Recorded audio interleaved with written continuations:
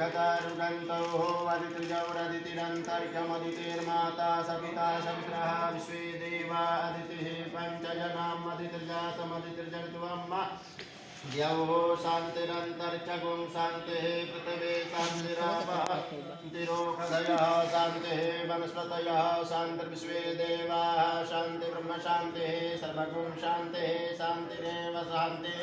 सामा शान्तिरेधिर्यतोर्यतः समीहसे ततुन्नो अभयं कुरु शन्नः कुरु प्रजाभ्यो भयन्नः पशुभ्यः सुशान्तिर्भवतु सर्वारिषु शान्तिर्भवतु श्रीमन्महागणाधिपतये नमः लक्ष्मीनारायणाभ्यां नमः उमामहेश्वराभ्यां नमः वाणीहिरण्यगर्भाभ्यां नमः श्रीपुरन्दराभ्यां नमः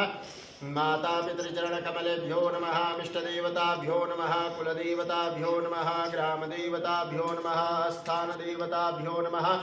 वास्तुदेवताभ्यो नमः सर्वेभ्यो देवेभ्यो नमः सर्वेभ्यो ब्राह्मणेभ्यो नमः सिद्धिबुद्धिसहिताय श्रीमन्महागणाधिपतये नमः